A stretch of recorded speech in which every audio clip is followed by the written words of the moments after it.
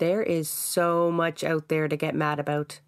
Social injustices, class warfare, continued colonization, the active destruction of our planet by those focused on profits and not people. We can find it overwhelming at times. The good news is there are equally as many, if not more, stories of people coming together and rising up against the forces at play. So the creators of Blueprints of Disruption have added a new weekly segment, Rabble Rants, where we will unpack the stories that have us most riled up, share calls to action, and most importantly, celebrate resistance. They took all the trees, put them in a tree museum. And they charged the people $1.50 just to see them. Don't it always seem to go that you don't know what you've got till it's gone? They paved paradise, put up a parking lot.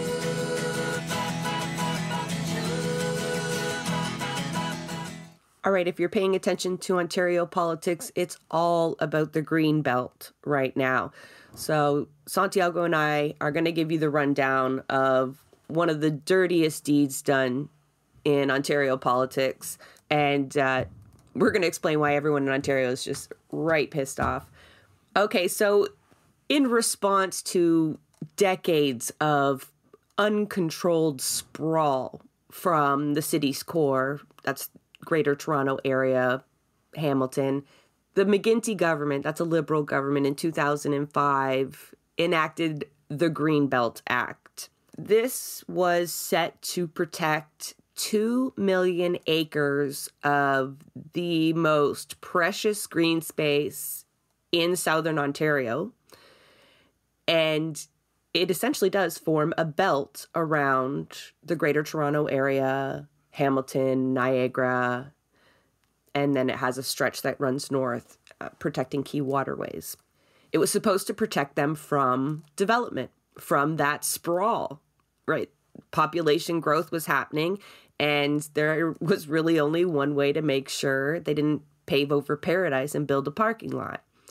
So, but this act did not come without resistance. You know, it sounds like just a no-brainer, right? But there was actually a lot of resistance. So I read a great article from TVO, and they outlined some of the same players that we're hearing with the most recent announcement by the Auditor General.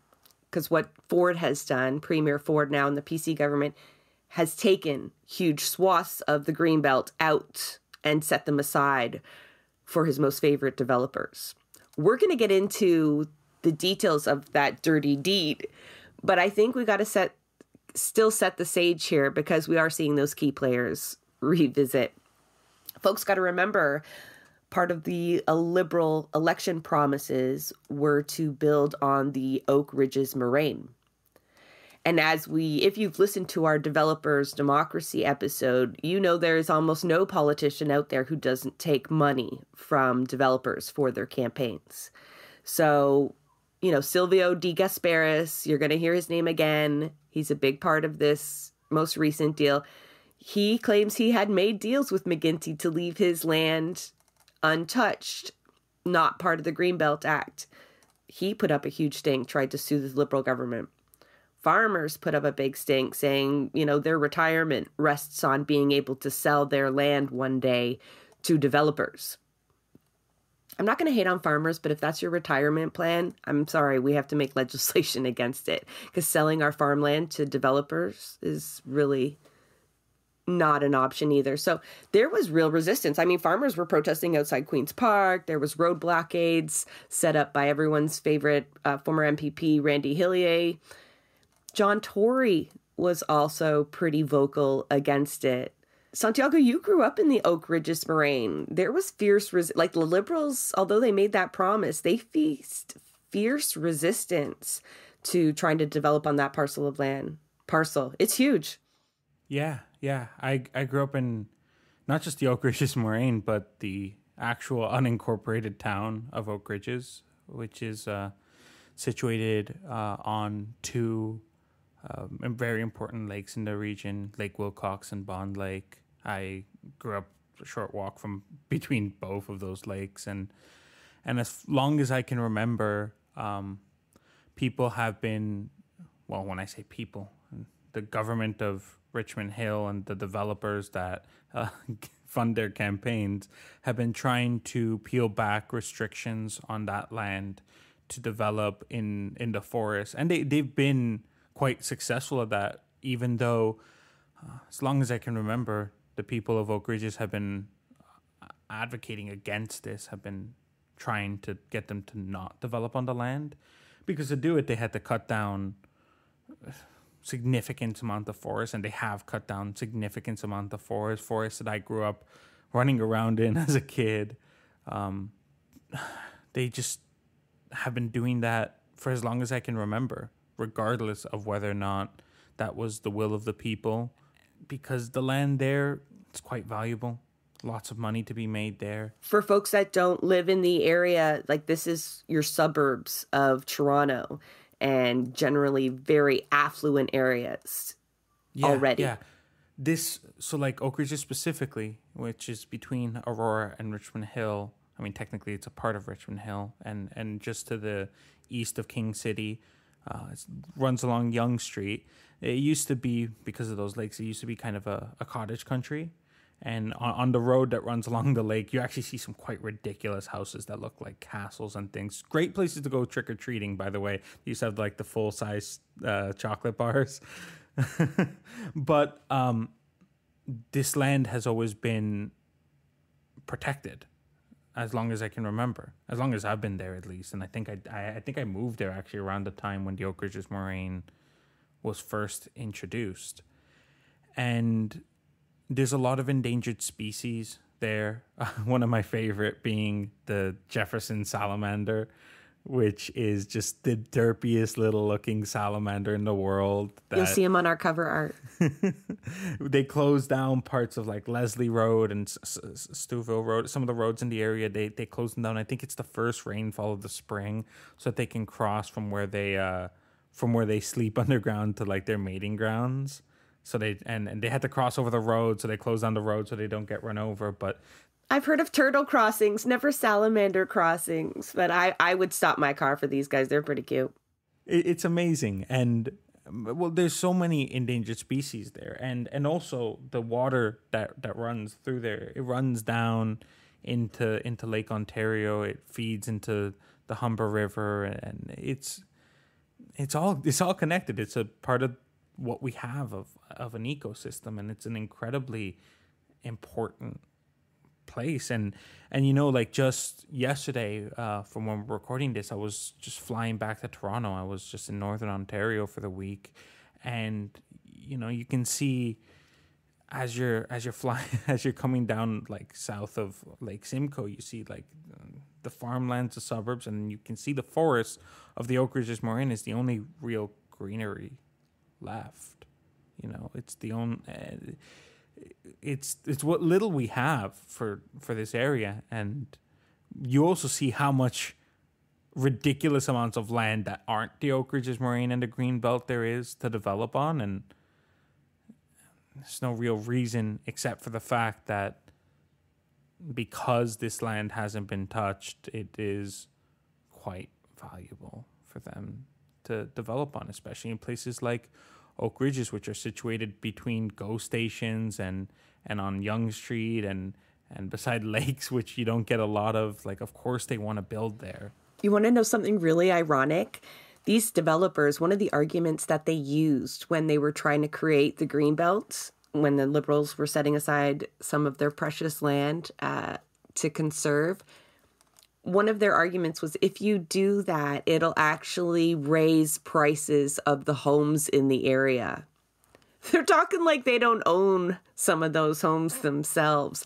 And surely that is what happened. But it's always had something that would be a concern to developers. Again, it was parroted by the PC party at the time. But give me a break.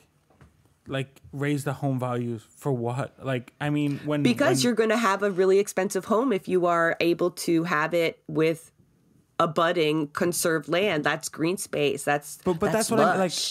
In Oak Ridge, like my mom, she still has a home in in Oak Ridges. You know, when we first, it was the first home that we got in Canada. Like at first we lived in Toronto, renting apartments, and then moved to the suburbs, as you know people do, for some reason. And I think it was less than $300,000 this home when they bought it, and now I think it's over $1 million. You know, it's already like. But part of that appeal is because it's surrounded by green space, and developers just tried to sell that as some sort of negative for the people in general, because they're always concerned about affordable housing, right? Turns out like only 10% of this Greenbelt deal, only 10% would even be considered for affordable housing. And I think it turned out to be like just a meager amount of units. So the idea that any of this was going to solve a housing crisis, but we haven't quite got there yet. No, and also I gotta mention, just because, like, again, I grew up in these areas. These houses, like, there's so many just massive houses, but there's very few apartment building complexes, even on major roads. Like, only recently have we begun to see there's an apartment building going up in Oak Ridges right on Yonge Street and King Road. That's obviously something that should be there, but there's been very little mid-rise, high-rise development along those major corridors. That is an easy solution to these issues, and I can guarantee you that there is a lot of land that is already not nature, that's not forest, that is not Greenbelt land, that can be developed on in those areas to build more housing on. Well, the Auditor General reports back that absolutely, and again, like Santiago mentions this before we started recording, and folks chimed in on me on TikTok. We already knew this, you know, as I created the video for the AG's report. Yes, environmentalist groups have been screaming all of this from the rooftop for a long time. Municipalities have even been pushing back and telling us the province has already set aside land to meet the targets that they set for housing, right? They have X amount of houses that they wanted to get done, and they have already, that land was already there. The municipalities were not needing land. They need money for public housing. That's off the table here for the PC government. But yeah, any kind of rebuttal coming from Premier Ford that this was a housing crisis response is just absolute malarkey. You talked about the Oak Ridges and the importance of it and the waterways that are protected. I grew up in Scarborough as well. A big part of the Rouge is set to be, in Dufferin Creek, set to be removed from the Greenbelt. And when you're talking about limited green space, Scarborough and Pickering, like that, it kind of separates the two there, encompasses the two almost. But that there's very few forested areas with rivers that run through them that the folks in the city can actually experience. And I spent a lot of time down at that Rouge River, and the idea that there'd be houses there instead is just absolutely horrifying to me. But there's just so many ironies in telling this story, because back when they created the Greenbelt, that is just so obvious. Like, these are Canadian heritage environment lands, like undisputed by most, that scientifically proven to be important lands to protect. Back in 2005, the PCs were screaming from the rooftop, "Show me the science." Santiago, we've heard this before. They wanted to see the science. Tim Hudak accused the premier of sitting with a green magic marker and just arbitrarily shading things in to protect without any kind of environmental assessment or scientific, need. And it's absolutely ironic because that's exactly what has happened in its removal. Not even arbitrary. I wish it had been arbitrary. It would have been a little bit better. What Premier Ford has done, and the Auditor General has confirmed this, is he allowed developers to hand pick exactly which parcels of land that they wanted, that they could make the most amount of money off. We know that's at least $8.3 billion to be made just on these deals alone. And there's just so many layers to this. Like, now that we've set a little bit of the stage on the political backlash of creating the Greenbelt. What are we at? My math is so bad. How many years later? 18 years later, maybe 6 years after Ford made promises not to touch the Greenbelt, and this report from the Auditor General comes out. I know you were out of town, Santiago, but were you hearing this trickle in? I saw I saw people posting stories about it on their Instagrams, angry about it. That's how I found out that it happened. I think where I was at, people weren't exactly talking about it, but I think that's because they have. I was in Northern Ontario, where there's a lot of other issues to talk about than of their own lands being destroyed rather than the lands up here, but or down here, I guess I should say. But I mean, obviously, when I heard about this, my first reaction is, yeah, we knew this. We talked about this on the show. Like, we obviously knew that this was happening. And then, and one of the first things I was hearing was people were calling on the resignation of Doug Ford over this. God, why is that everybody's first response? Why does everyone think it's like a single person's fault and can be solved by a cabinet shuffle? I'm so sorry to cut you off. That was so frustrating. No. And like, don't get me wrong. Like, it would be nice to get rid of Doug Ford. Of course, it's not going to solve the issues. And we can see that, like, this runs deep. And now he's trying to redirect this to blame the chief of staff. And so that the blame's not on himself. But really, this is what's really scary about this is just the fact that he doesn't actually have to, like, this is what this is blatant corruption, right? Like, let's be clear about what the word is. Anywhere else in the world, they would call this corruption. Let's make the case for that, though, like, let's make the case for that, because it's not just any developers that we're talking about. It's a very small amount of developers that are set to get this 15 very specific parcels of land. And they're the same developers that help fund Ontario Proud. So I kind of missed a step in my story there. And in terms of the history of the Greenbelt, so, Silvio de Gasperis and friends and developers that lost out on opportunities to build on the Greenbelt space when the Liberals started protecting those lands. Well, they didn't just give up, people. That man was set to lose $240 million. Not make $240 million at the time. So they stuck around. They created what we all know now as Ontario Proud. They may not have created it, but Nora Loretto did a great piece. I'll link it in the show notes like we do almost every reference we make, where she's dug into exactly who funded Ontario Proud. Now, for those who don't know what Ontario Proud is, it's a third-party advertiser, which is a designation that allows you to post election ads to almost participate in elections just without candidates, right? So you have messaging, postering, you can leaflet, and there are no spending limits.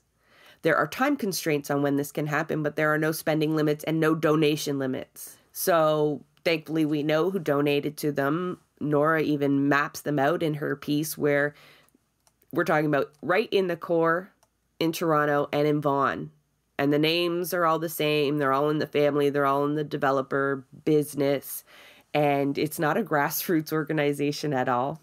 No. These are the same people. Well, the same technique was used when the Greenbelt was being formed. They were using kind of really tricky tactics, like using names with the Greenbelt in them to make people think it was an environmental group, and really it was against the creation of the Greenbelt. And so they've done this with Ontario Proud, right? And they really did influence the election. If folks remember when Kathleen Wynne was voted out, they went hard. There were lawn signs all over the place. Like, these were players in the campaign. And so the developers, they got the government that they wanted. They made massive donations to the campaigns as well as funding Ontario Proud, and they ended up getting Ford into office. I would imagine they played a part in getting him to be leader of the PC party as well. That's my guess. I don't imagine they leave that game to chance either. So Ford gets in there, And one of the big excuses that they have around this Greenbelt Act is the urgency. 3 weeks. Santiago, like 18 years of protected land, and they took 3 weeks to figure out exactly which lands they could remove. And a reminder that Ford campaign, like he promised that he wouldn't touch the Greenbelt. That was a whole thing. That was a really big deal. And of course, we don't take any promises politicians make serious, but like when people are making their decisions and he's promising not to touch the Greenbelt and now he goes back on it, I mean, you need like a really, really good reason. And of course, there isn't a really good reason whatsoever. Not to you. To No. him, there is.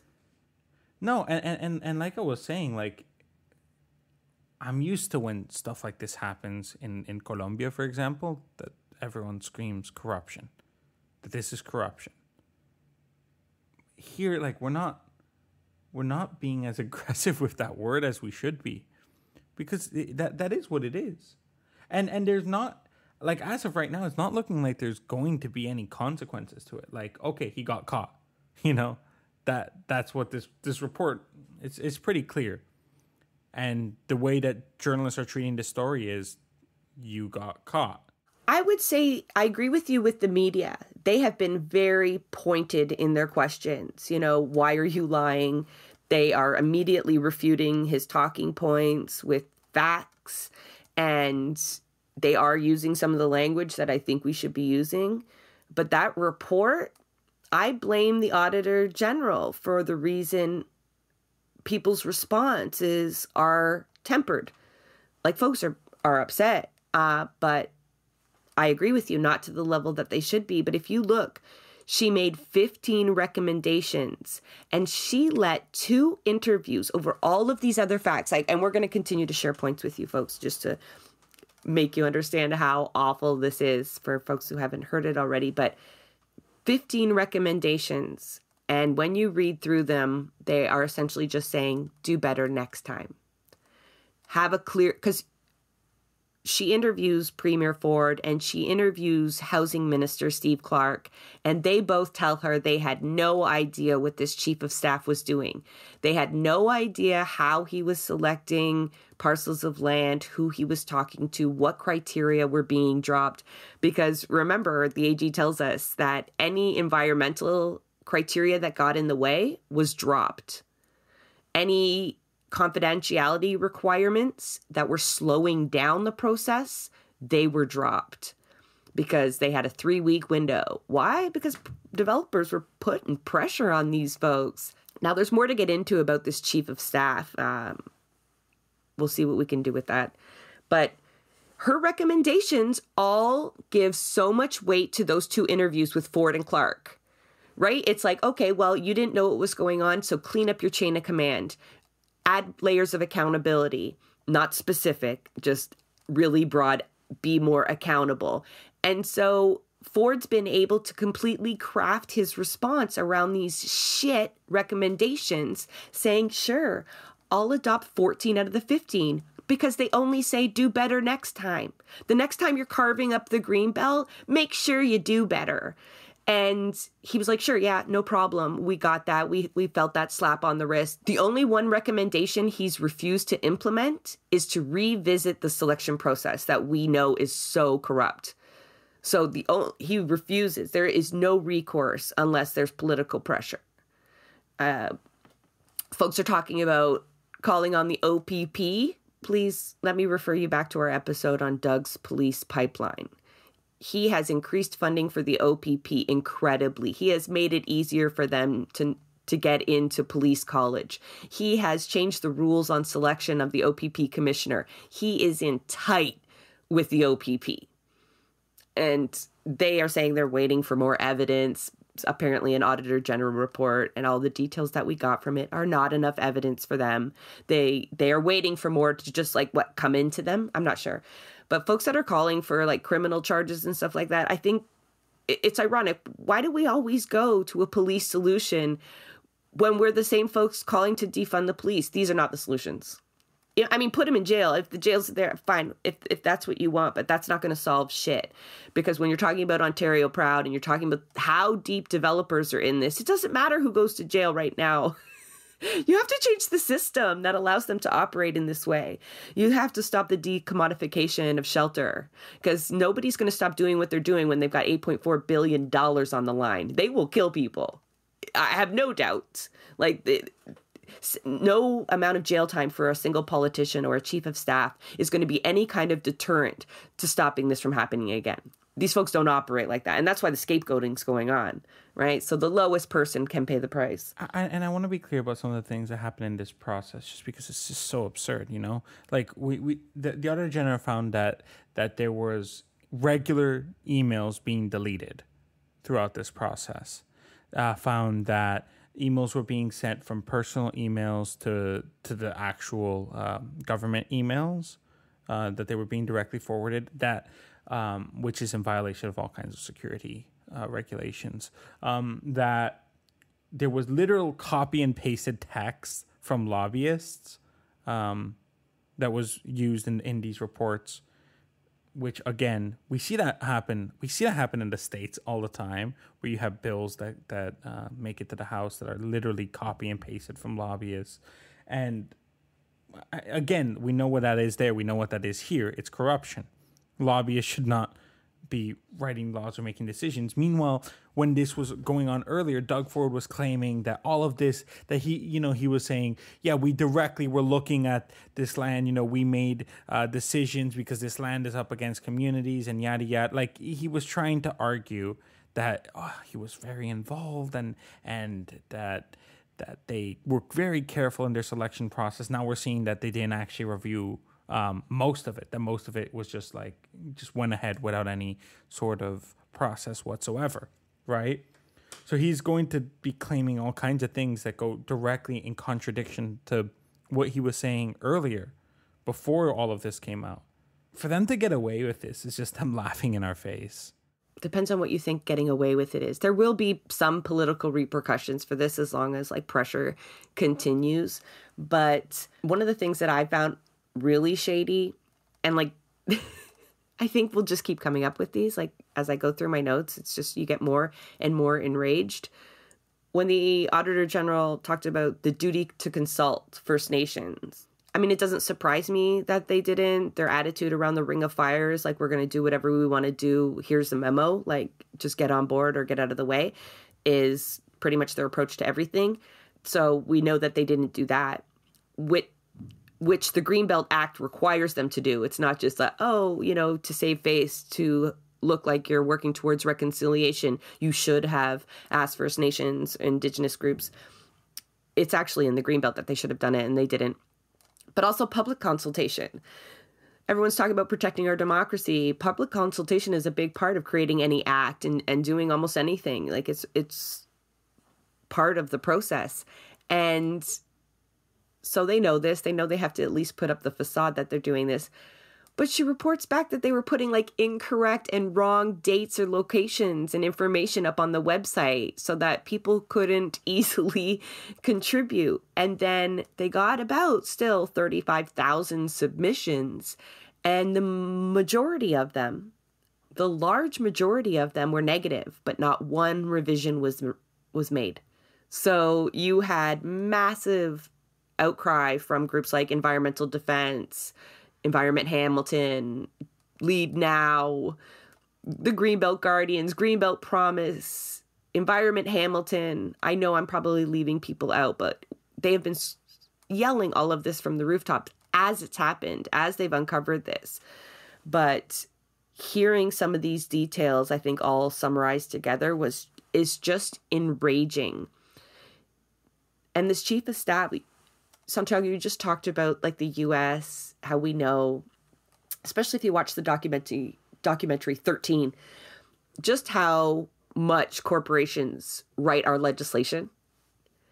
This chief of staff has now been awarded a place of honor. He's now the head of the Ontario Home Builders Association. And there's footage of him on TikTok going around at one of their shindigs talking about how he and the developers that he has been working with wrote the legislation around it. How they were, they're not shy about saying that they absolutely dictated what was going to happen to our Greenbelt. People that just pave over areas and build $1.5 million homes get to decide which lands were going to be protected and which were not. Like, that's absurd. That's criminal. That is criminal. But our response has to be so much more than calling in the OPP. I don't really know what the response should be other than not allowing a single bit of that land to be pushed ahead and developed if they're going to try and develop it. Like, that needs to... If we let that happen, that's just... It's already happening. It's already happening. I've had reports back from people that work with the Greenbelt Guardians, and what they're trying to do or have done is created a network of people. I wish I'd called them on here to give a firsthand account. But they have folks, residents nearby, volunteers that are monitoring the lands, and they're talking about movement of equipment into Dufferins Creek. They're talking about drilling and testing that's happening that would precede development. So again, it's like we keep repeating history. One of the arguments used against the Greenbelt was there was already some infrastructure on those lands that would not be needed, that people had wasted money building some bits of infrastructure, fucking laying pipe or something, and all of that would go to waste if you then protected the land. They're going to try to revisit these same arguments. We can't revisit these parcels of land. They've already started doing X and this, and then we'd have to pay them out. And you know what I mean? Like, this isn't too bad. These people are counting their chickens already. They are cutting the chicken up and frying it. Like, to them, it's a done deal. And I don't think Ford can backtrack on this because of the promises that they've probably made with developers. Like, this is shady shit. This is his chief of staff, or the housing chief of staff, going to a dinner with developers and being handed an envelope that showed him which parcels of land to remove from the Greenbelt.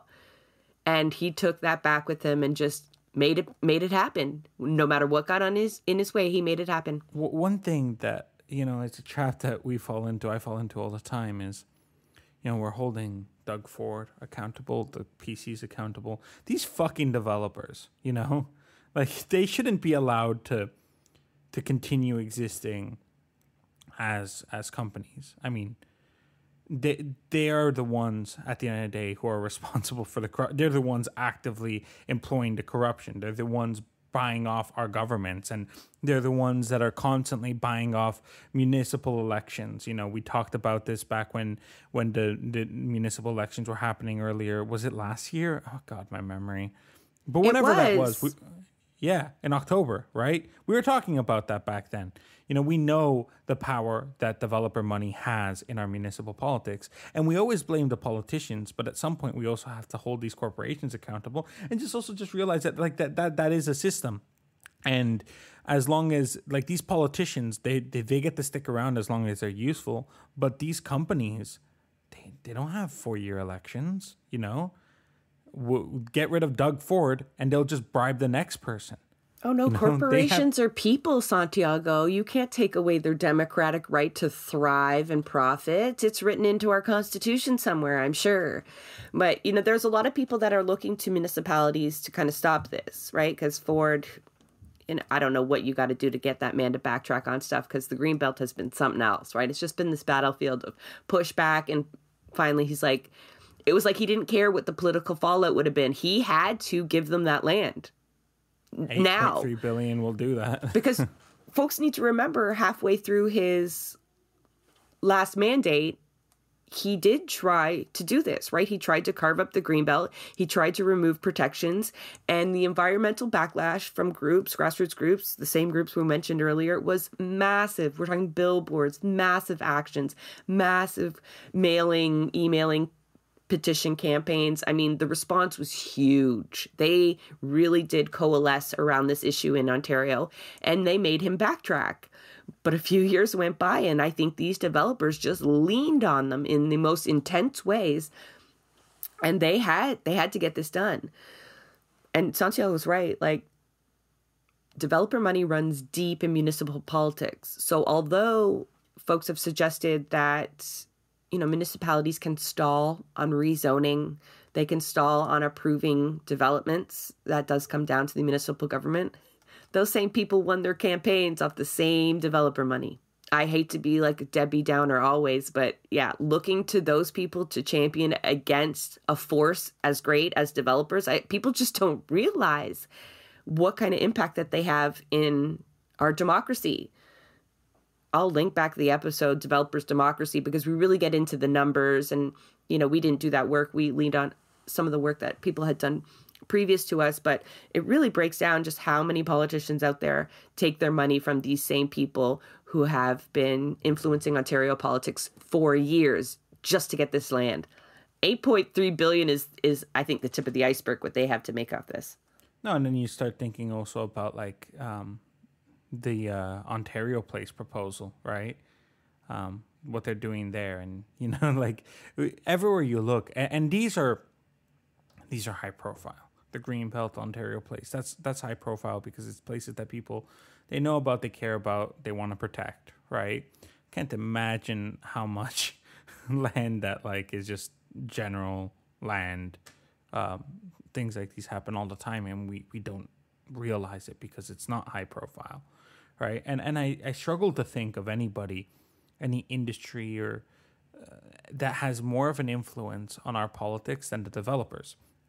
And then when you look at the fact that we're in a nationwide housing crisis right now, it also serves, not that we need a reminder, and I know on this show we all know, but like it serves as an absolute indictment of the idea of capitalism as a solution to these issues. Because if the developers already get whatever they want from the government, and we're still unable to build enough housing and much less build enough affordable housing, then it's very clear that these market forces, that these corporations, they're not going to solve these issues. So who is going to solve these issues, right? Because they can't have any more. That's always the same answer for me. Us. But what I mean to say is like they can't have any more control over our politics than they have right now. Like it is scary how much influence they have over everything. And look at the consequences of it. And I mean, Canada is the second largest country in the world, and it is one of the least population density places in the world. And another anecdote, I mean, I'm originally, like I mentioned, I grew up in Oak Ridges, but I'm originally from Bogota, Colombia, which is a city that is the second highest altitude city in the world, and it's on a plateau surrounded by mountains. I think it's like 2,500 meters or something like that. And so being surrounded by mountains, you have very limited amount of space that you can build. You can only build so far out, and it's a city of over 8 million people now. And it used to be houses back in the day, but now the city is entirely buildings. Why? Because that's what you need to do to be able to fit the people there. Build up, not out. Yeah, they had to build up. So what did they do? They built up. And it would be a functioning city if we actually, I mean, talk about corruption. We haven't been able to build a subway or any reliable public transportation in the entire time of its existence because of corrupt politicians. But the point being that, like, with those physical barriers, it forced them to build up. But here we still rely on this concept of suburban sprawl as if that's going to solve our issues, when we know that it costs twice as much to fund the services that are needed in areas of suburban sprawl than it is in urban centers. We know how much more expensive it is. People already can't afford the cost of living. Like, how exactly are we funding suburban sprawl? We can't afford suburban sprawl. That is not the solution. We need to build up. So there is no land anywhere that, and we've already said this, but there's no land anywhere that needs to be redeveloped. I mean, that needs to be rezoned or for any protected land, any forest land, any land that doesn't already have anything on it. I mean, I look around Toronto and this is a glorified suburb. There's houses everywhere. We can fit more people here if we need to fit people. And other cities around the world, because so many cities around the world used to look like Toronto, used to have a bunch of houses. What do? Their population grows. They tear down some of those houses and they build buildings, because that's what a city does when it grows. That's politically difficult in the city with NIMBYism, and even progressive councillors are really resistant to getting those housing developments in their own ward, because there's always just so much backlash. Even low rises, there's parts in the city of Toronto where organized grassroots movements against low rises from the residents, and it's just, well, what do you want people to do? And the Greenbelt was supposed to be that physical barrier, Bogota's mountains, because you can't rely on the goodwill of developers to leave some areas pristine or to understand the limits that sprawl has to have on it. And, you talked about holding the companies accountable, because I agree with you, like the developers, the existence of the commodification of shelter, right? Making money off of the roof that we put over our heads. Like the most basic human element, like shelter, right? Like if you think about it, it's like that's just your shelter.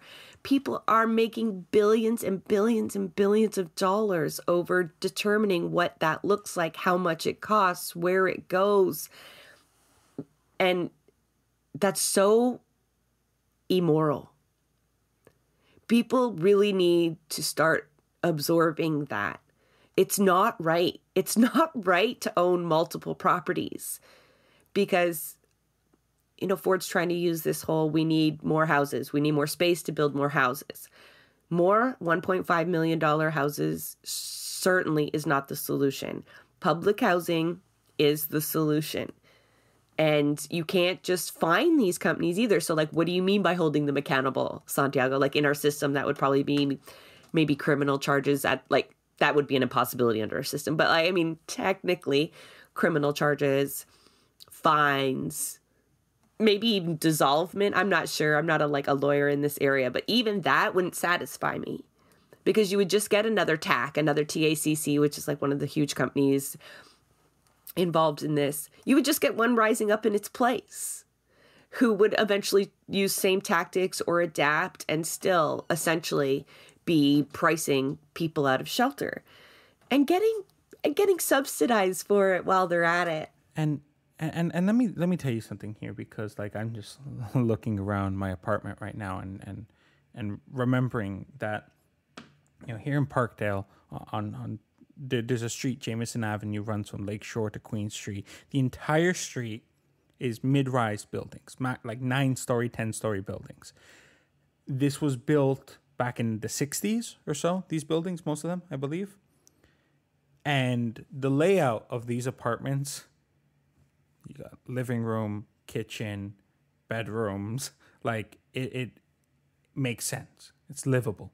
I have seen condos. I've seen, like, I had a friend who lives in the Macy recently moved to Montreal, who lived in the Macy Tower, a giant building that they built on Yonge Street near Yonge and Dundas, where the layout of his apartment was absurd and not usable. We would go over there. It'd be hard for friends to gather there because it didn't really have any sort of existing living room. The bedroom was one of those fake bedrooms that doesn't actually have a window, that has the corner sliding doors, and that's in those giant condo buildings. I used to live at King and Bathurst, and I mean, I liked my apartment, but the layout was a little bit absurd. And even that was a bit of an older building, and there were apartments there that are usable. But I remember when I was going around looking at apartments in the city and all the new areas and all those new buildings that they're building, they're built to maximize the unit space, absurd, not really livable for most people. So my point being is that we had the answers in the 60s for how to actually build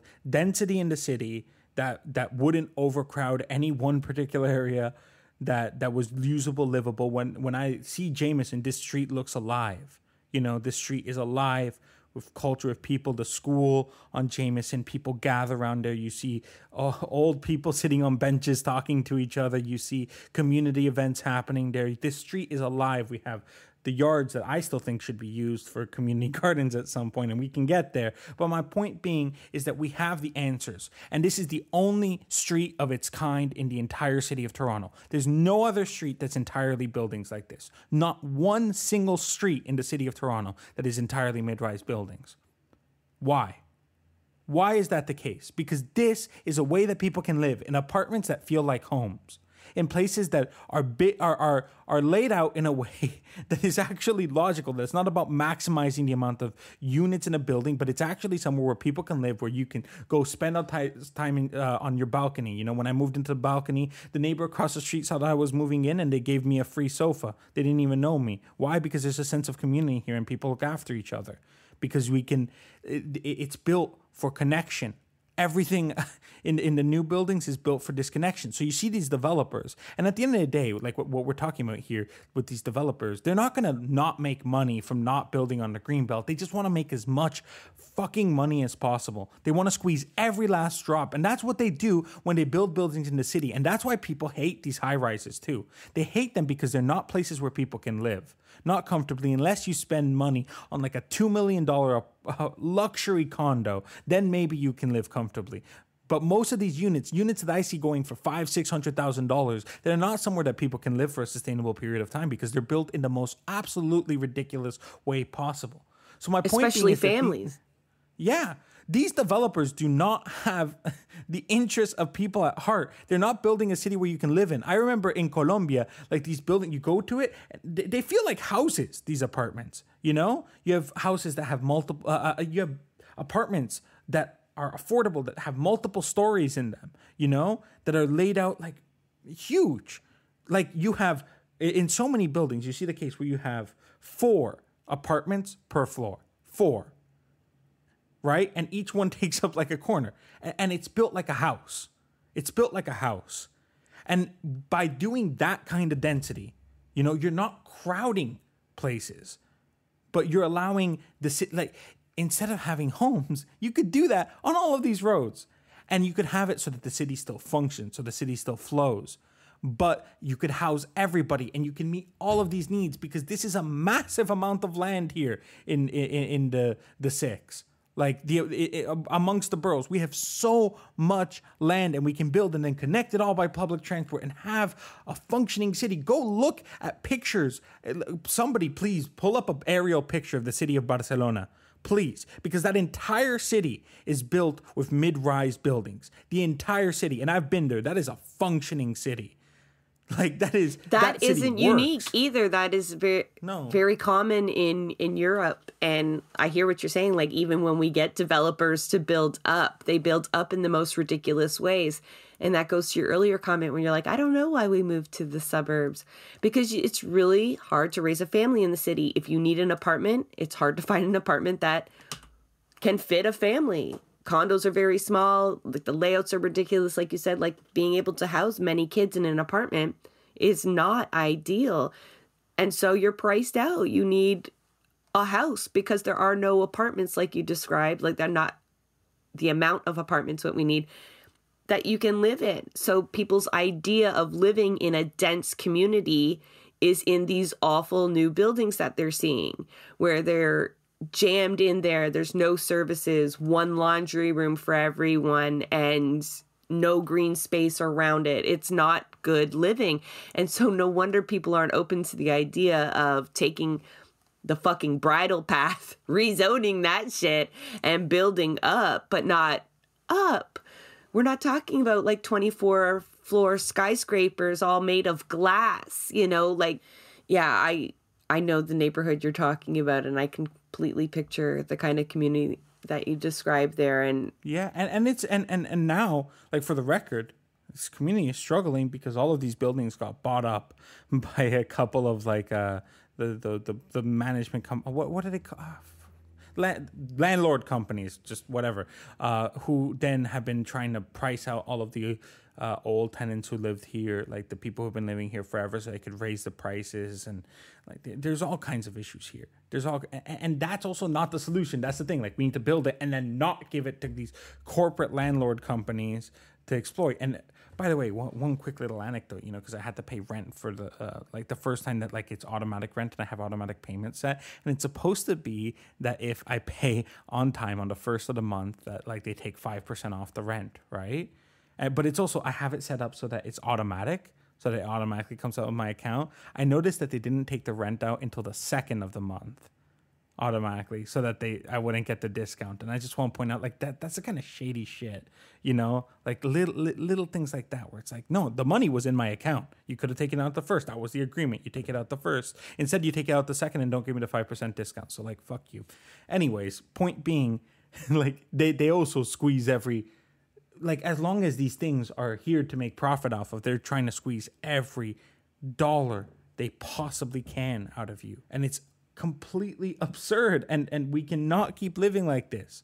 We need to really redesign the way that we manage the places where people live, their homes, because this is not a place to live. No, and not just homes, right? This goes back again and again and again to our essential goods argument, which is more than just food and shelter, right? It encompasses so many things.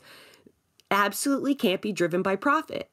This is our anti-capitalist rant. It absolutely can't be driven by profit. It doesn't make any sense, people. It doesn't even make good business sense. You can't accumulate wealth in the smallest amount of people and expect the lives of everyone else to get better. It doesn't work that way. And there are things that we need to protect that profit has no interest in. I had someone chirp back at me on TikTok going, "You don't want these houses built. You figure out how to be homeless and live in the environment." They put environment in quotations. I think they think the environment is just a place to go pitch their tent, to go take a walk. There's really this disconnect on how important it is to protect our waterways, the animal species that live within them, the farmland, the wetlands, how all of these are connected to our well-being. If you don't even give a shit about anything else, it does impact your daily lives. We thought the forest fire smoke would kind of lay into people that reality, or the fact that we can't find clean water easily, outside of taps, that's a thing of the past. And it's just so strange that those same people that understand that there is a housing crisis, that people need homes, are still allowing these profiteers to make these decisions. And they don't see anything wrong with it. They think those are the best people to be building houses. They build houses all the time. Look how good they are. They make billions of dollars. They must be good at it.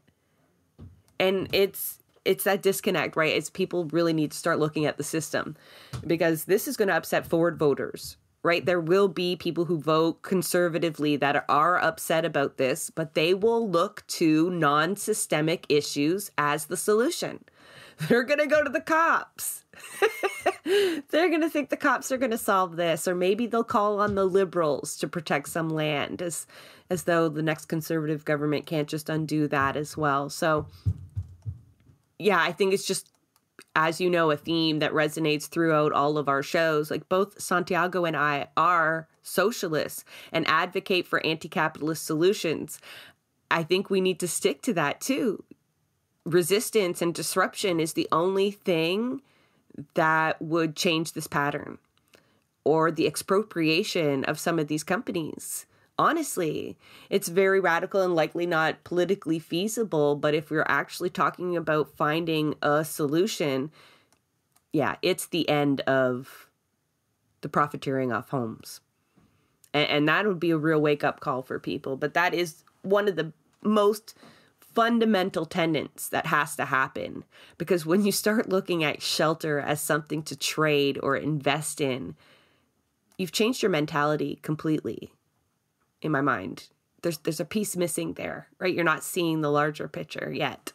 So people need to get there. How far have we really come from feudalism? When I look at this, I feel like this doesn't look that different from feudalism to me, right? There's many arguments to be had that was just a shift of a system, a redesigning of a system still done by the upper class. still to mostly maintain their ownership of land and their concentration of resources, but done under the guise of this wonderful democracy that we all love to protect and think that it's our savior, right? So they gave us democracy so that we would stop taking their heads off when they starved us from our lands. And like, we know that the world isn't in a great place right now, economically speaking. We know that struggles economically are happening on all corners. But nowhere are we seeing this kind of housing crisis. What we're seeing here is really an anomaly in terms of the global housing market. We don't have to look within Canada for solutions. We can see why. We had to start asking ourselves, why are we doing so much worse? And what is it that other cities that actually function around the world have done? And why is it that there's never the things we need in Toronto, for example? I mean, this is happening all across the country, but I'm going to use Toronto as the example. How come Toronto, a city that's such an economic center, a financial hub, how come it can't do the things that major cities across the world do? How come we can't build transit? How come we cannot build enough sustainable, affordable housing? How come we cannot, like, if all of the things, like how come food is not affordable? How come we can't have affordable internet? All of these things. This is a problem that's unique to us. Why is it that comparable cities of comparable sizes, of comparable economic powers around the world can do it? How come Barcelona can do it and we can't do it?